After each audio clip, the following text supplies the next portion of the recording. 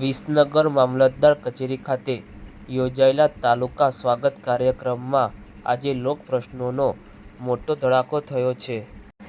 પ્રાંત અધિકારીના અધ્યક્ષસ્થાને યોજાયેલા આ કાર્યક્રમમાં કુલ 9 પ્રશ્નો રજૂ કરાયા હતા. જેમાં રંગાકોઈ અને ઉમતા ગામમાં સરકારી જમીન પર થયેલા દબાણો મુદ્દે અધિકારીએ લાલ આંખ કરી તત્કાળ નોટિસ ફરકાવવા આદેશ આપ્યો છે. મહમ્મદપુરા ગામમાં મનરેગા યોજનામાં થયેલા ભ્રષ્ટાચારની રજૂઆત થતાં જ ટીડીઓને કડક તપાસના આદેશ આપ્યા છે.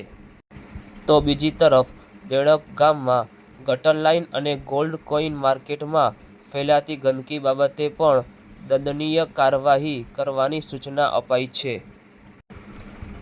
આમ વર્ષોથી અટવાયેલા જનતાના પ્રશ્નો આજે હકારાત્મક નિકાલ આવતા અરજદારોમાં ખુશી જોવા